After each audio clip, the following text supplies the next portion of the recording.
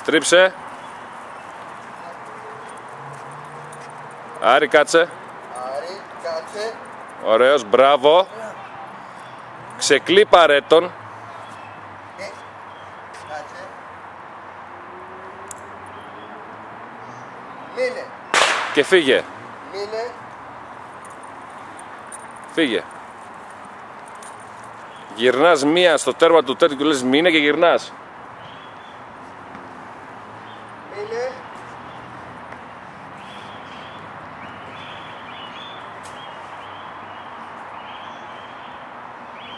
Έλα και πες του μία φορά μείνε από εκεί.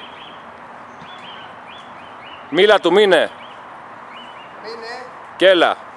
Από αριστερά θα έρθεις. Όπως πηγαίνεις εσύ αριστερά του. Γιατί θα τον αγχώσει κυκλική πορεία. Μόλις κάτσεις δίπλα του, δεν κλιπάρεις, του λες μπράβο. Μπράβο. Χάδεψε τον. Χάδεψε τον. Και παίξτε. Κοντά.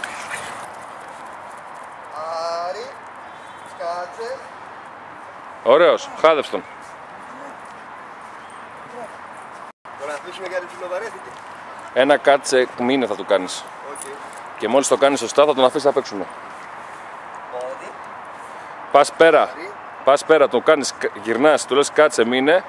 Μήνε μία φορά. Φεύγεις, έρχεσαι πίσω από εδώ, κρυβέσαι και θα σου λέω εγώ. Άρη.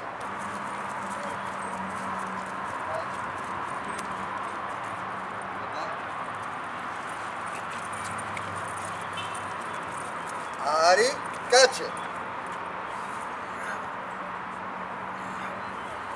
Άρη, κοντά. Κοντά. Δώσου βοήθημα, παίξε. Κοντά.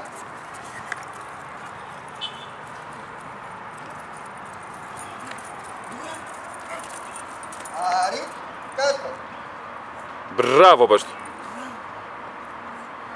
Ξεκίνα, Σπύρο, αλλά μόλις τρέχεις του παίρνεις θάρρος, κόβε και δίνεται την εντολή. Μην του δίνεις απότομα, τρομακτική. Κατάλαβες, λέω. Μην τον τρομάζεις, δηλαδή.